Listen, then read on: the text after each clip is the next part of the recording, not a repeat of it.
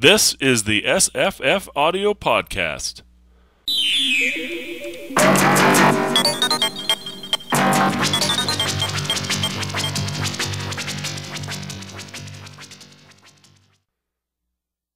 I'm Scott. And I'm Jesse. Good morning, Jesse. Good morning, Scott. What's going on this fine day? Not too much. No? No. Excellent. Lots coming up from LibriVox, though. Oh, yeah? Yeah. Mark Douglas Nelson, released two audiobooks on the same day. Two novels. Ooh. Did you see that? No. Yeah. Is that a story on our site? There's two stories. The Creature from Beyond Infinity, which is one of the SFF Audio Challenge titles, was completed, as well as Operation Terror. Creature from Beyond Infinity is by Henry Kuttner, and Operation Terror is by Murray Leinster. Wow. It's more than 10 hours. My goodness. Total. Two separate novels complete. I don't think that's ever happened before. On the same day. Wow. And then a couple posts later, Rick posted a story about the two new releases he's got coming out, both read by Mark Douglas Nelson as well. Another 3 hours and another 3 hours. So he's got like almost 20 hours worth of audiobook out within 1 week. Well, that's great. He's a reading machine. That's right. That sounds good. I wonder if I've heard him before. I need to sample one of these beauties. You haven't heard Mark Douglas Nelson? I'm not positive if I have or not. I don't know. Oh boy, he's good. He's very uninflected. He's very straight reader, but very good. Very good. Really like the way he does a story. Great. Yeah. Did you see the Audible thing I posted this week? It looks like they still have a couple days left of this neat sale that they've got going on, which is the first book in a series. They've found 71 first books of series and offering each one of them for $4.95. And that means there's a lot of science fiction ones too. Cause yeah, there is. It's probably about half science fiction. It's neat. Yeah, they've got. You talked about Starship Mutiny by Resnick, and I know you reviewed Altered Carbon by Richard K. Morgan. Those are both on there. You know, first books in series are often the very best, so that's appealing. Right. And Hominids by Robert J. Sawyer. I read that one in print, and it's available. I didn't read. I listened to a podcast review of that book on a new podcast I've been listening to called I think it's called the Science Fiction Book Review Podcast. Absolutely savaged the book. No kidding. Hominids, yeah. And it was like an hour of tearing the book apart bit by bit, showing how what's wrong with it. And I remember reading it a long time ago, and I thought, yeah, it's all right. It's a good book. I thought it was terrific. I don't understand why. After listening to his review, I'm starting to think it's not as good a book as I thought. And basically, for all the reasons he points out, when the action is taking place off stage, there's also lots of sort of improbabilities. There's a trial sequence, and he points out, how some of the trial is absolutely unnecessary. How there are characters not doing anything. They're just color. They're not doing anything. And I'm thinking, coming at this with fresh eyes, like he does. I actually see that I must have felt that as well, because I didn't follow up and read the second book or the third book. Well, I've read the second book. I don't know that I ever read the third, but I read Hominids in serial form in Analog magazine. Came out in, I think it was 4 installments. Anyway, I recall really looking forward to when that magazine arrived just for that. Yeah, he mentioned the serialization as well, and he's saying that maybe that would, I believe he mentioned it, saying that maybe that would make it easier to take. Well, but I mean, he doesn't say it's a complete and total loss. He says there's some interesting ideas in there, but it's a good book.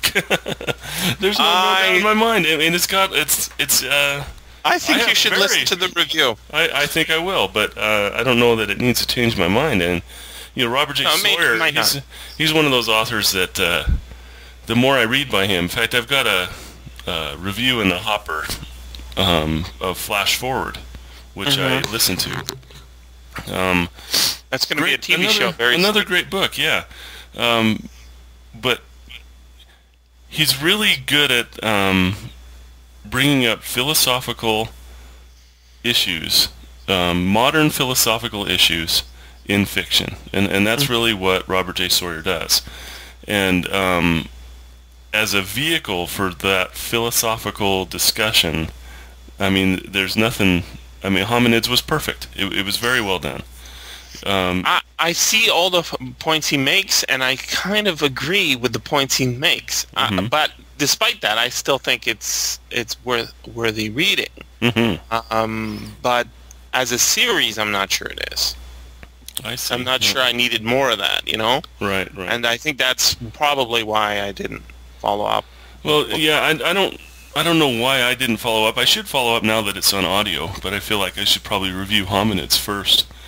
Yeah. But it does get a little bit political and a little bit heavy-handed on the religious end, because the main character is named Ponter, and he's a Neanderthal who comes to our world through some kind of a wormhole portal. I don't remember exactly what it was called in the book.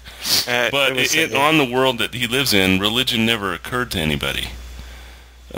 So there's a lot of, hey, if religion didn't exist, wouldn't the world be wonderful? And that annoyed me. But it's not, so it was like, do I want to continue to be annoyed or not? But the book was great, and I do plan to finish it. In fact, I own the book, the hardcover, and I never did. I just haven't picked it up. I'm not sure why, but that's probably why. But they're good. They're really good books. I liked both of them, Hominids and Humans, and then the last one's called Hybrids. But Robert J. Sawyer is one of the authors. I'd like to get through all of his stuff. I've read maybe 5 of his books. I think I read everything except for Wake. Yeah, and you mentioned The Golden Fleece. I'm going to find that. That's my favorite one of his. Yeah, you said not an audiobook yet. A murder mystery. I wonder if it's going to be an audiobook. It should be. Hopefully, eventually they'll do it up. There's a few more that haven't been audiobooked yet. Right.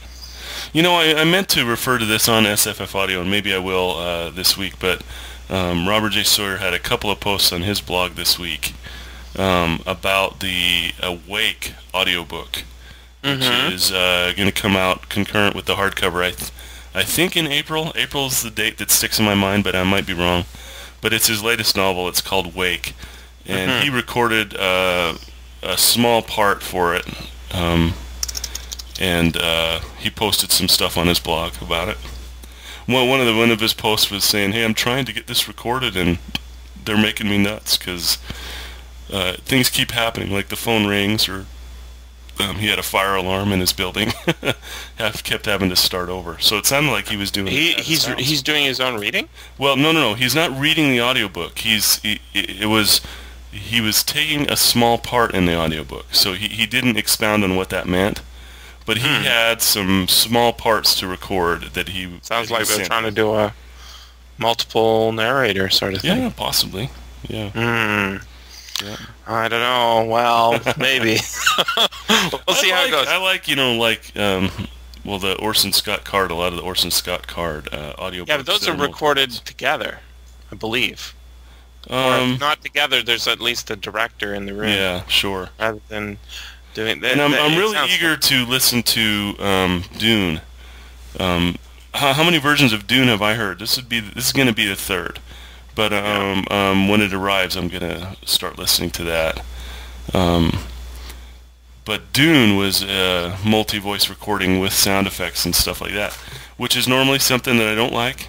So I'm going to give this one a try, though. It seems like it might be effective with Dune. I don't know.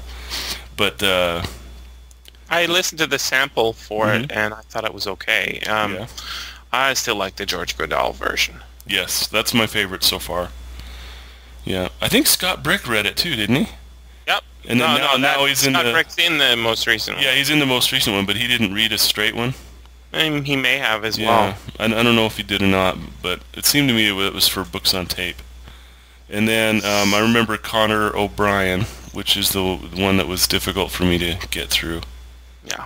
And then the George Goodall version was wonderful. And then now Macmillan has taken it with the full cast, so it's got Simon Vance and Scott Brick, a lot of other people.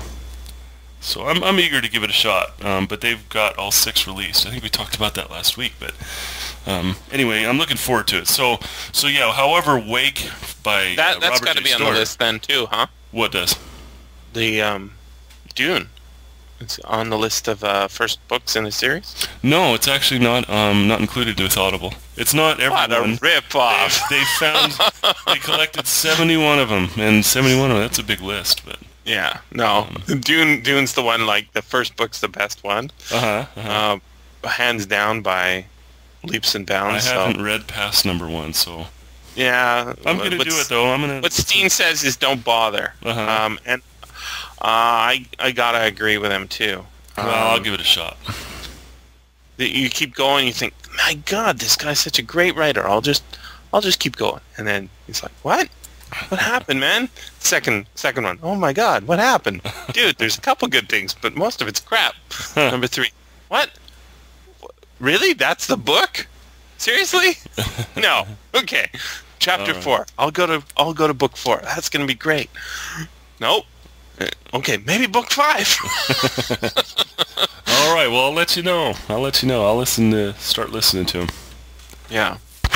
Kind of filter him in every few months or so. But anyway, yeah, I'm gonna give it a listen.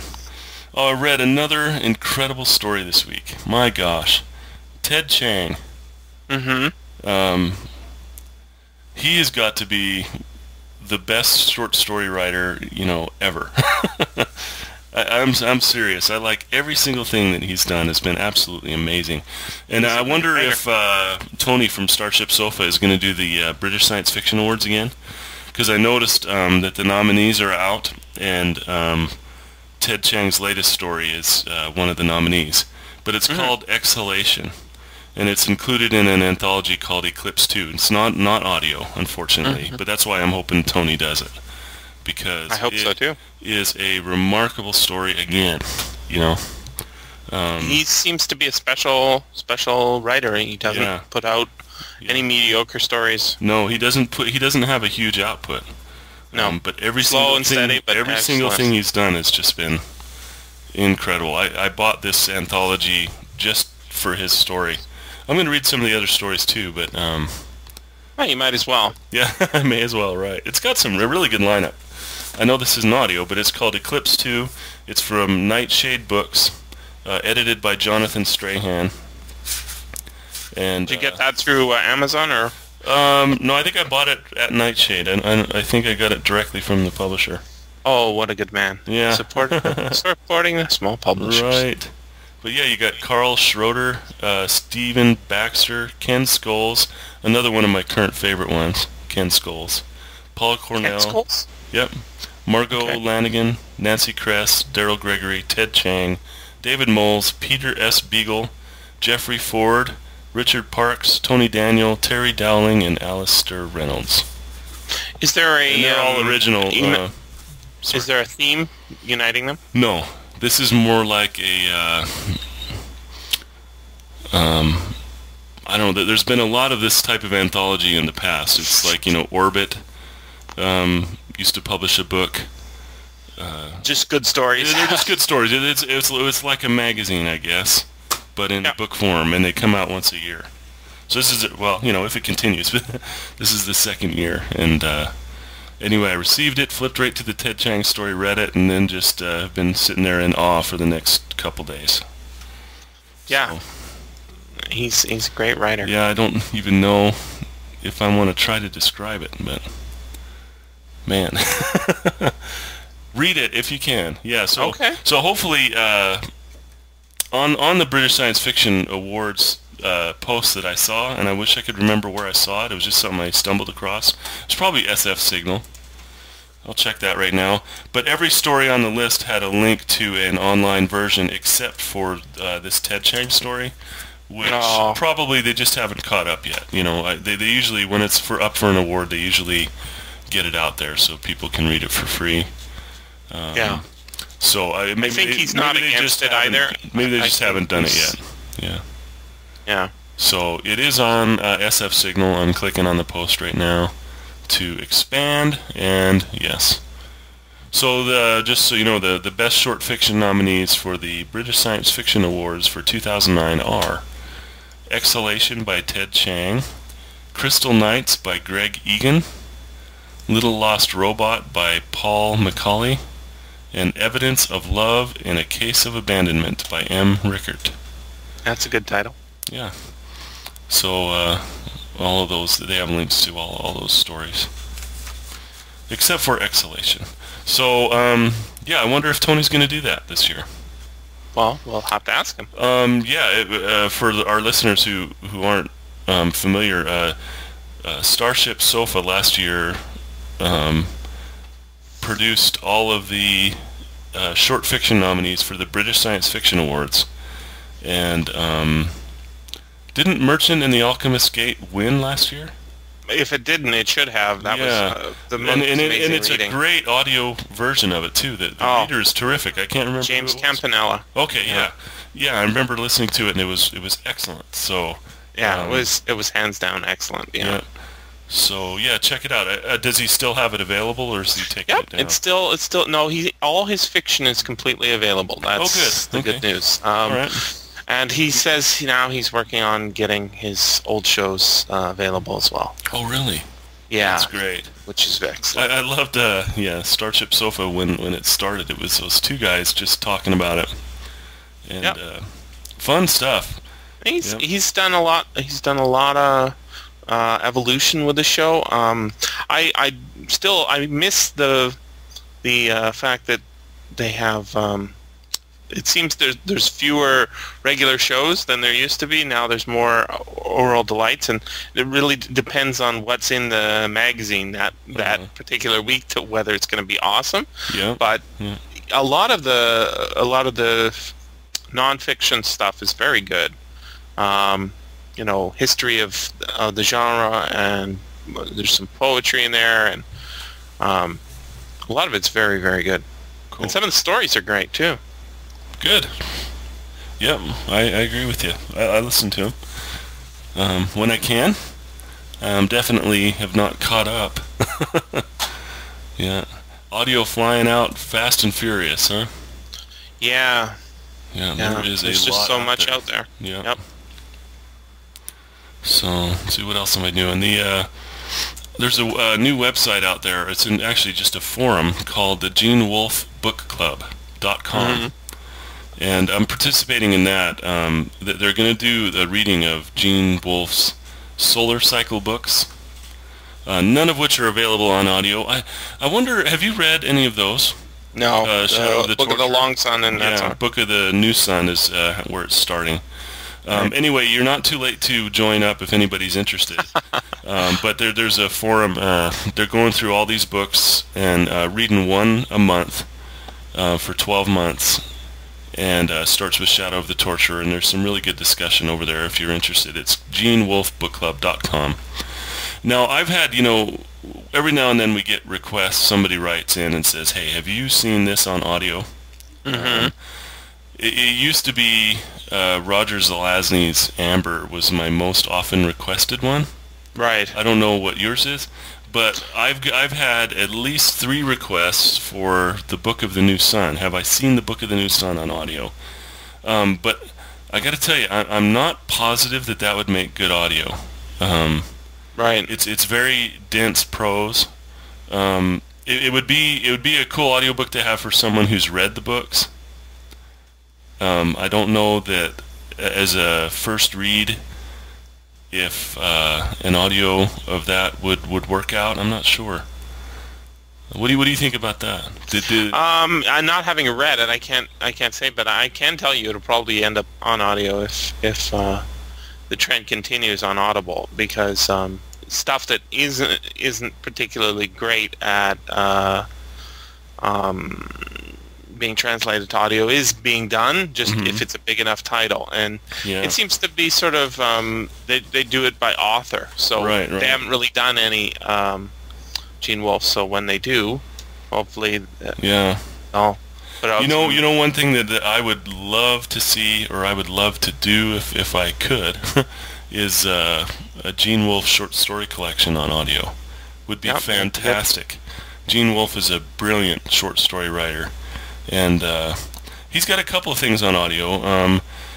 He was included in one of those fantasy and science fiction collections on Audible. I can't remember what year, but I'd have to look it up, and maybe I'll try to get it posted.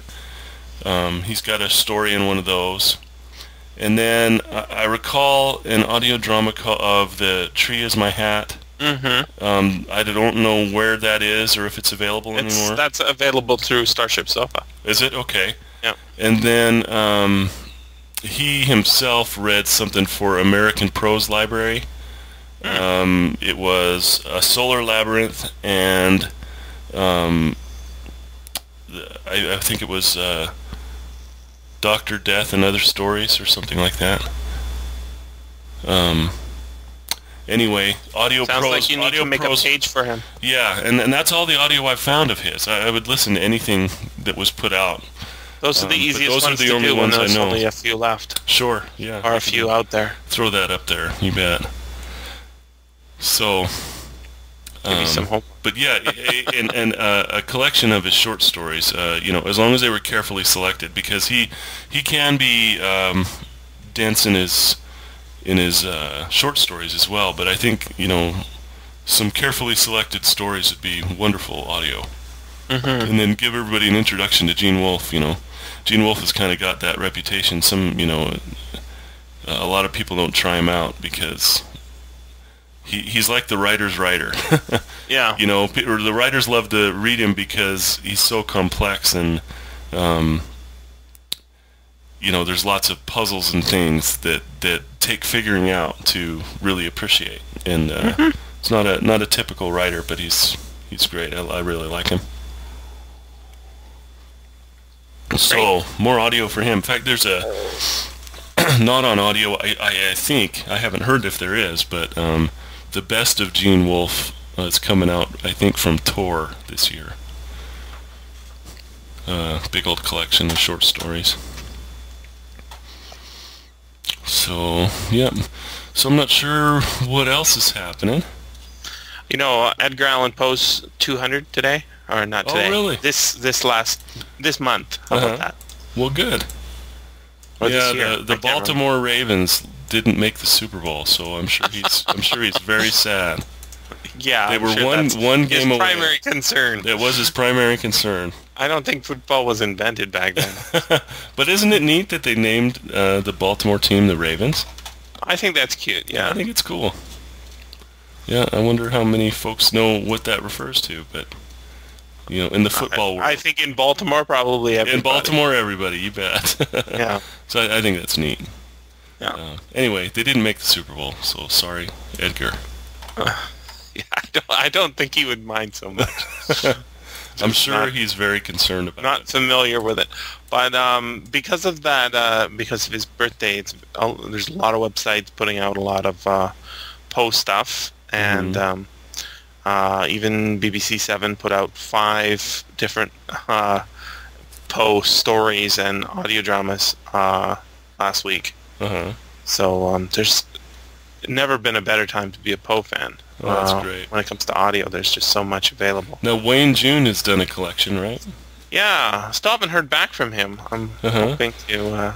Yeah, but I'm sure Wayne June reading Edgar Allan Poe is awesome. Yeah, he's I would like to check that out. Really good. So have you got a collection in your pile? I do. It's not on my iPod at the moment because I went through it, but if I haven't posted the review, I shall. Okay. I'm just taking a quick look here, and I think I did. There's more than one collection, though. I've only posted the first one. There it is, yeah. Into That Darkness Peering, Nightmarish Tales. It got a SFFaudio Essential. Mm-hmm. The Raven, the Black Cat, and the Cask of Amontillado. Yeah. He's Montresor. I love it. That's the one I was least familiar with, the Cask of Amontillado. Oh. But he does. I had subsequently listened to some other stuff, and he does a really good job. I think that was one of the first stories of his I ever read.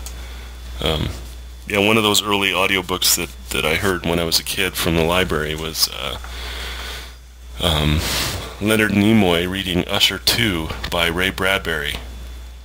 Well, that's a sequel. Yeah. To Poe. But it's got, references to a lot of Poe stories in there. And Cask of Amontillado is one of them. I think I heard that one myself. I honestly don't remember it other than the reading. Mm-hmm. And that it's set on Mars, and I mean I vaguely remember the story, but I don't remember exactly what it's about. Yeah, what it's about is Earth has become really uptight. I'm not sure what word you'd use, but they're they like their fiction straight without any fantastic elements in it. Mm-hmm. So when Mars opens up for colonization, some of the people that move there because they don't like the culture on Earth anymore. So this rich guy builds a kind of a haunted house on Mars with all kinds of fantastic elements in it. And of course the morality police show up and want it shut down. Right. And he's got it full of robots and things that are acting out all kinds of scenes from all kinds of different books. And, yeah. I won't say any more, but you gotta check it out. It's really good. Right. I think you can still find on eBay all over Leonard Nimoy's reading of that. So that should be up on Audible, too. That's unfortunate. Yeah, I haven't seen any Kidman on Audible. Wonder But why. Harper Audio is on Audible. Yeah. So, and Harper owns Kidman, don't they? Yeah, I think it's just laziness. Hmm. Got this it'd be back neat if they had catalog, some and they're of that not on there. interested in getting it, paying the new fees or whatever it is. Uh-huh. Too bad. Yeah.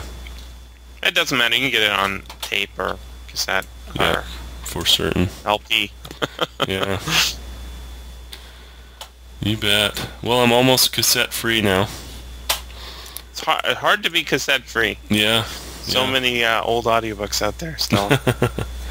You bet.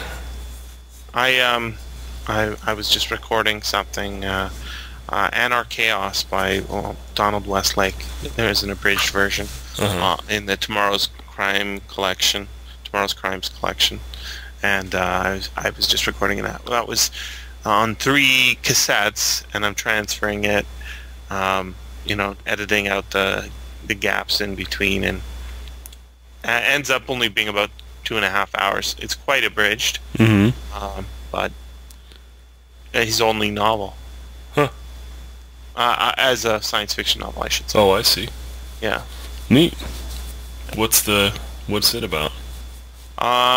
It's called Anarchaos, and it's I think we talked about this a little bit. He's the main character is telling his story. He's just been recently released from prison. He's on at the beginning of the story, he's on a shuttlecraft in between planets, and the next planet they're stopping on is called Anarchaos, which is it takes its name from 2 things: anarchy and chaos. Mm-hmm. And the reason for that is all these different planets that humans have colonized have all chosen some sort of governmental system, except for this one. This one has gone for anarchy and has no government.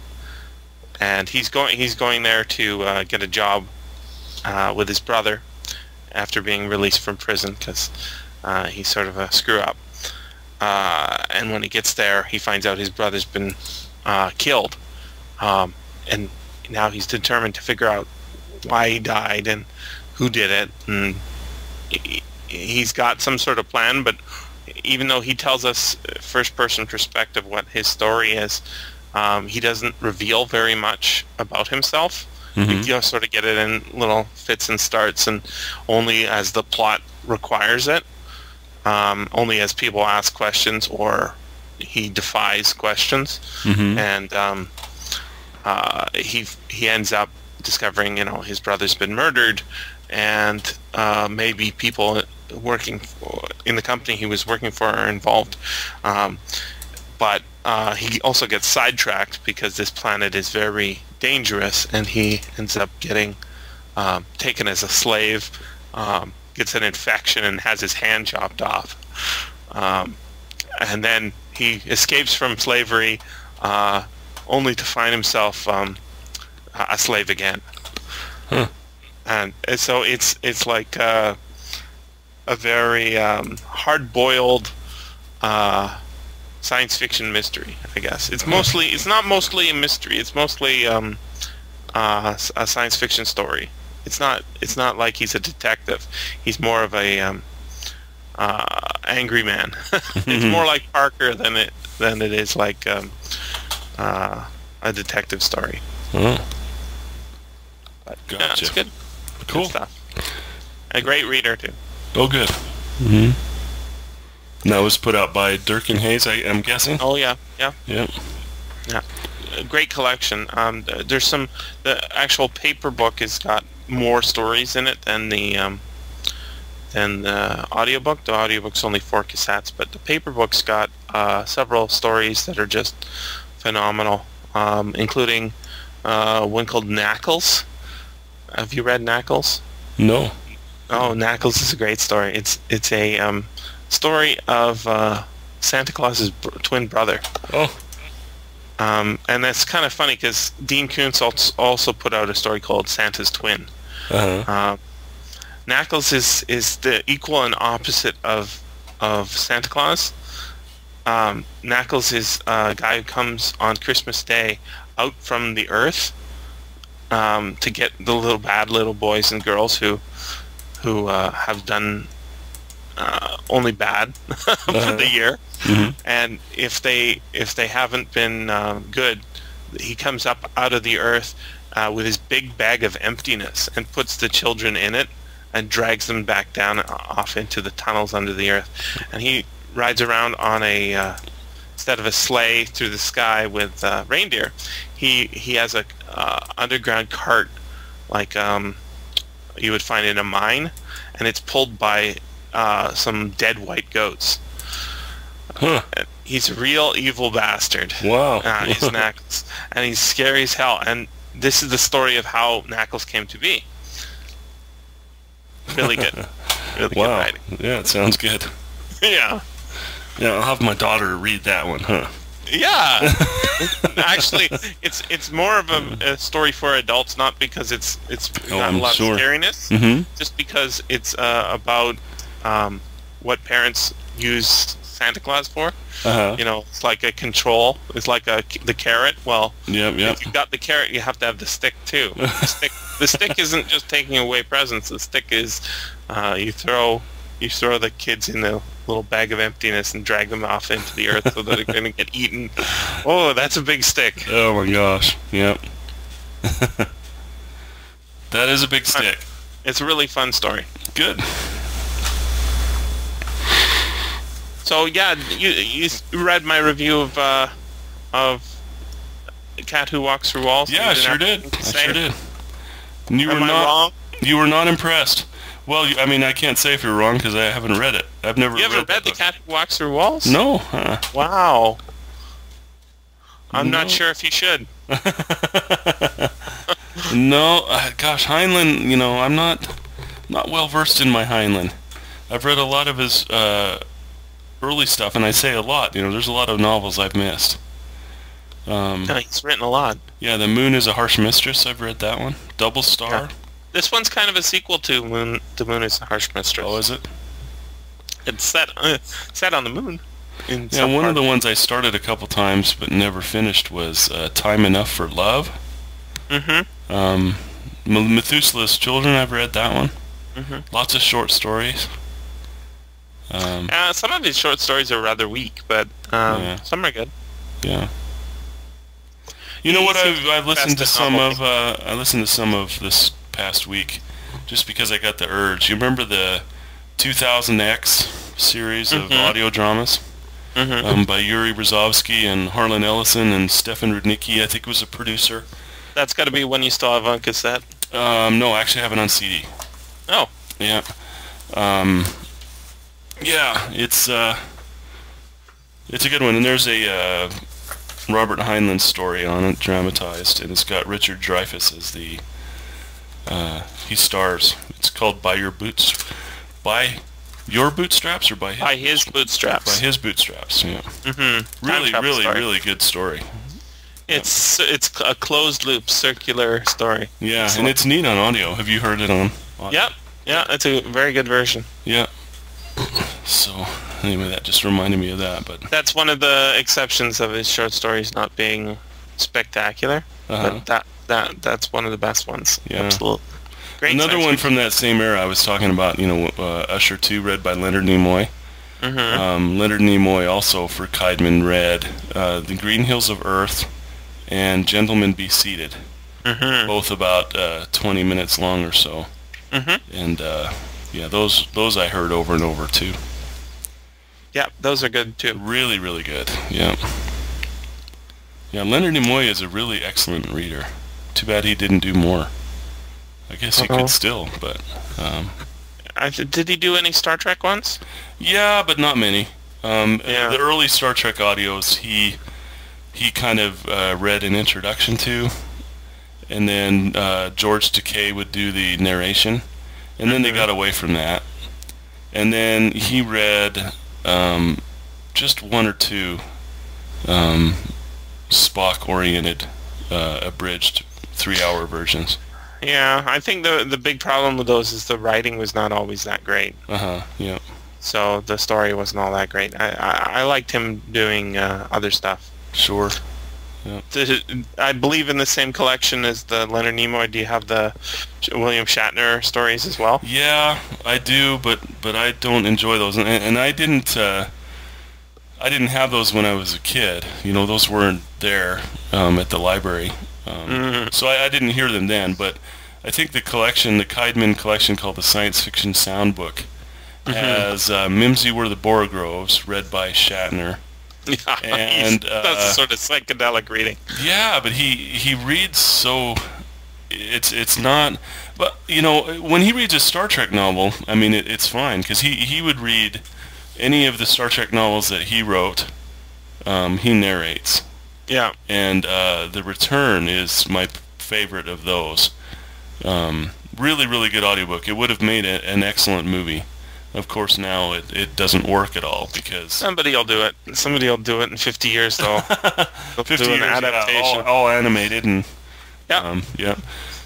So, but anyway, yeah, would have made a good movie. The rest of them I don't like so much, but he's a really good reader on those. But these Keidman ones, he reads way too quickly. It's almost like you need to slow it down to... It's just... I just didn't feel like they were any good. You know what I was just thinking is Shatner should go on that revival show, the online internet version of Star Trek. That George Takei has done. Right. Yep. He's so desperate to work in the Star Trek franchise again. That'd be the logical place for him to go. But I have a feeling he won't do it. Yeah. I mean, I think it's cool that George Takei is so cool that he would, he's up for it. Right. Yeah. Did you happen to see that? The one that he was in? I saw the one that Chekhov was in. Was that done by the same people? It's the same people. Yeah, and it was really good. Yeah, I think they have a little timing problem, but other than that, like, it's a little long. Mm-hmm. Runs a little long. The stories aren't quite as tight as they should be, but I'm very impressed. I mean, they're not as good as the best Star Treks, but better than some of the worst Star Treks. Sure. Yeah. Yeah, I wonder if they're going to do a tie-in novel for this Star Trek movie. Because Simon & Schuster has completely stopped producing, which I think is a shame. They stopped producing the Star Trek audiobooks, and I think that was an opportunity missed. When did that happen? When they canceled Enterprise. Right around the same time, they stopped making audiobooks.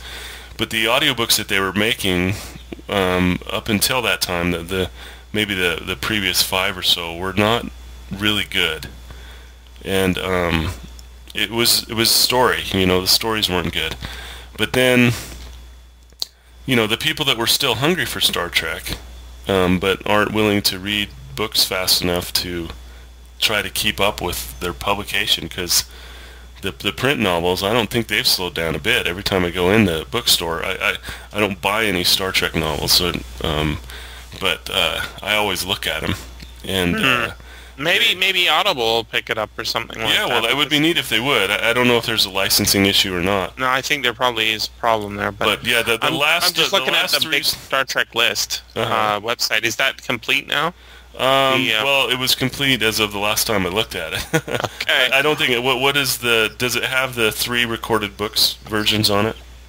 3 unabridged recorded books. Yes. Those were the last ones published. So if those are on there, yeah, 2007 is the last one. And that's it. Yeah. But I think it was an opportunity missed, because I know it might have been a good way to get people to try audio if they had taken maybe the Titan series, which is a series of audiobooks. No, it wasn't called Titan. I forget what it's called. But anyway, you know how Captain Picard is not the captain of the Enterprise anymore. It's Captain... it is the Titan. Riker took over the Titan after the last movie, and Picard is still the Enterprise captain. So they started a series of books with Riker and the Titan. And that would have been neat to do on audio if they had just, kept it going, as like almost episodes. I think that there would have been some demand for that.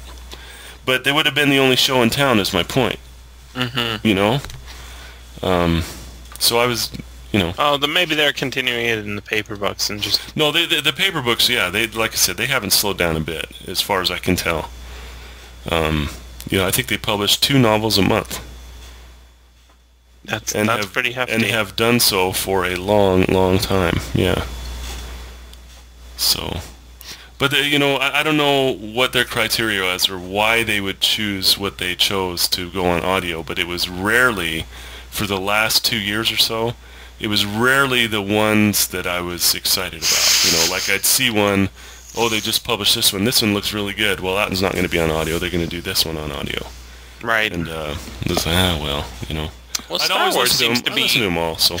Star Wars seems to be healthy on audio. Yeah, it is. In fact, I finished this week Millennium Falcon. Oh, yeah. How was that? It was pretty darn good. They got a new reader. I can't recall his name, and I don't have the box in front of me. But it was Jonathan Davis for a long time. And the fellow they got to replace him is Jonathan Davis-like. But he does more to try to do the voices. Like, he tries to sound like Han Solo. And I say tries because he does succeed sometimes. Mm-hmm. But then every now and then, do you ever watch Seinfeld? Yeah. Yeah, Elaine had a boyfriend named Putty. Right. Okay? Sometimes it was Putty, that he was doing. Because, Han Solo has a deep voice, and every now and then he'd just nail it. But every now and then I would just think, oh, that's Putty. That's pretty funny. Yeah, or The Tick. The guy who did The Tick. His name's James Luceno, or Luceno. Yeah, no, that's the writer. That's the author. Oh, Mark Thompson, sorry. Okay, yep. So, but anyway, the story was neat. It was the story of the Millennium Falcon, all the owners of the Millennium Falcon, how it was when it was What did they produced. find on the ship? It was like a note from Chewbacca about the toilet not working or something, right? No, it was a well, I'm not going to give away the book, but it was something that was left in there by one of the owners of the Falcon. That was an encrypted box thing. And so one of the previous owners of the Falcon was he got in an accident, so he was like in a coma. Anyway, he recovered, and all the events of all the movies and everything occurred while he was in this coma. And now he's woke up and needs that information back.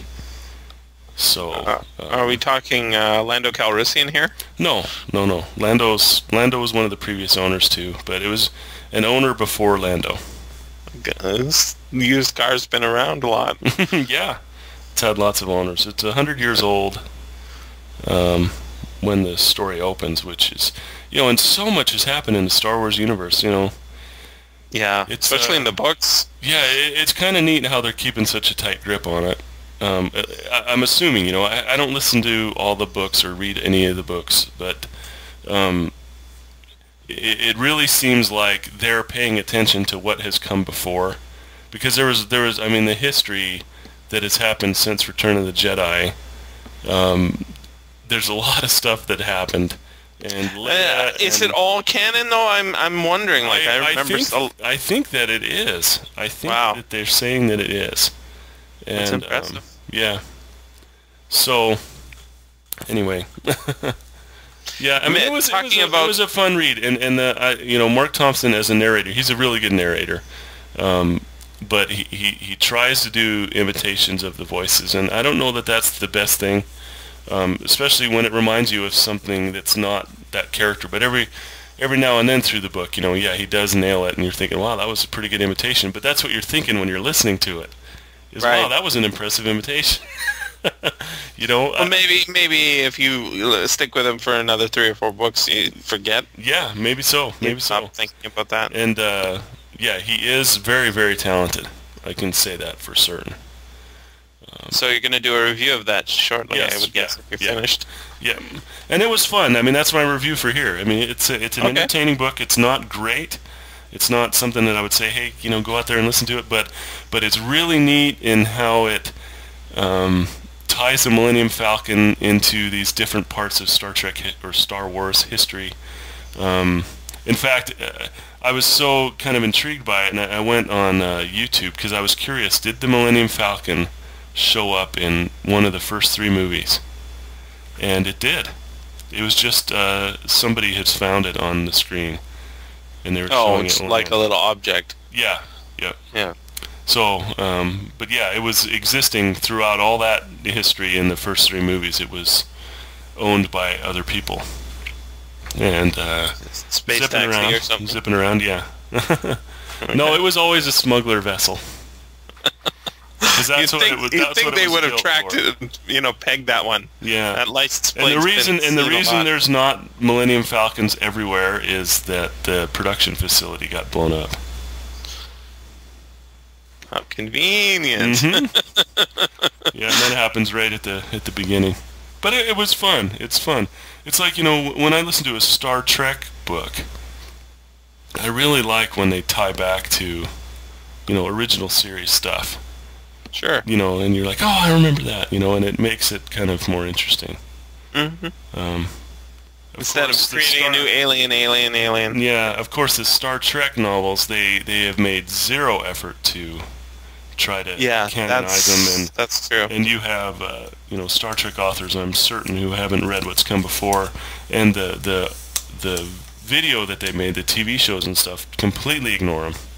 Yeah, it's kind of like the original Star Trek reset button continues with all the books. Mm-hmm. They write a book series and reset, and write a book series reset, yeah. and then But on the other hand, that's if it's a contest between the Star Wars and Star Trek books, I guess it's worked better for Star Wars since they're continuing the audiobooks.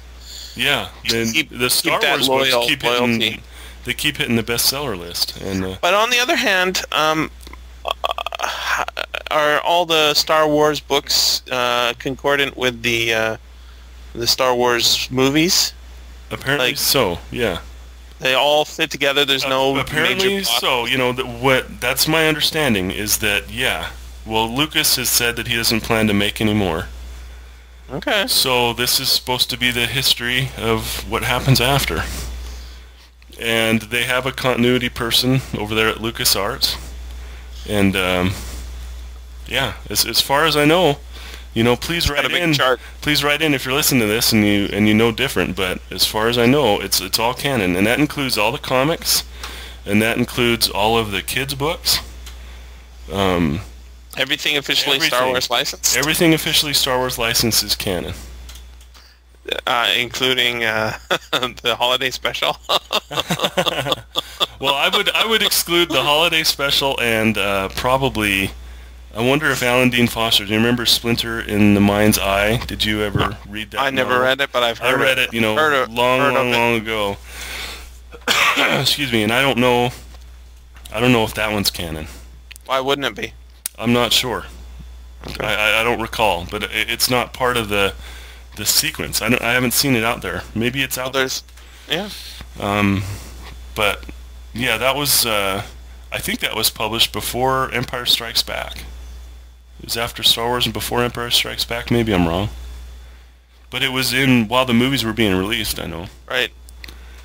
And I don't know if it happened in between those movies, but I remember reading that book and thinking it was pretty darn good when I was a kid. I remember there was a series of Han Solo novels. Yeah. As well. 3 of them. And Lando Calrissian. There was like 3 of them. Oh, Lando books as well. Brian Daly, I think, is who wrote them. Yep, I remember those. Yep. Talking about Jonathan Davis makes me want to start listening to the 4th book in the Mike Resnick series, Starship series. Isn't he awesome? I really like him. He's really good. He does a really good job. Again, I know I've mentioned it before, but I'm really glad he's doing something other than the Star Wars, because I honestly don't have that commitment. Sure. Yeah, and the Star Wars universe. Yep. I understand. Yeah, make sure you try Snow Crash someday. Because that was... I'm still hearing mixed things about that. I think you got to listen to it. I'm going to give it a shot. Give it a shot. You bet. High-speed pizza delivery. What? Yeah, I'm trying to remember. in the that was story. one of the lines in the story. Yeah, I mean, he just delivers it perfectly. Good stuff. I was going to tell you about the audio drama I'm listening to, radio drama I'm listening to. Uh-huh. It's called Slipstream. Uh-huh. It's a BBC... I don't know if it was done for BBC 7 or BBC 4, but it was... I got it through BBC 7. It's a World War II secret weapons of the Luftwaffe sort of story. The British are getting reports of a new secret, vengeance weapon. They're called the end of World War II, or end of the war in Europe of World War II. The Nazis were counting on the secret vengeance weapons that were in development, and if they just fight a little longer, this was what they were told, just fight a little longer, and the weapons that the Führer's got ready for us will come and save the day. And as I've been thinking about that, it sounds more and more like like it's just pray a little harder and you'll get better. It's kind of a funny story. Just the connection between if you believe harder, the world will come to an end, sort of thing. Mm-hmm. Anyways, the story is about one of these weapons, and they've got the British have got a commando team that are going to go in and steal this secret weapon out from under the Nazis before the Russians and the Americans get there. And I'm about halfway through, and it's very well done. The acting is superb. That's one of the great things about the BBC radio dramas, are just top level acting. The writing is very good as well. I have a few problems with with some of the. I think some of the facts are played a little looser than they should. Obviously, it's a fictional weapon they're going after and such, but I think some of the characters know a little too much or know a little too little about things that they should know a lot more about or a lot less about. Mm-hmm. But I would highly recommend it. I actually found it through Zombie Astronaut's got posts about all 5 of them up. Oh. And very, very good listening. Well, great. He also has the complete radio drama from Fallout 3. Oh, cool. Yeah. Have you heard that yet? No, I haven't listened to it yet. They're really short. They're like 2 minutes long each. I need to listen to that. They're very funny. Uh-huh. They're very well done too, but you can sort of tell like there's a lot going on in the story that we're not privy to, just because they're only 2 minutes long. So the action is very fast. It's called The Adventures of Herbert Daring Dashwood and his stalwart manservant Argyle. Great.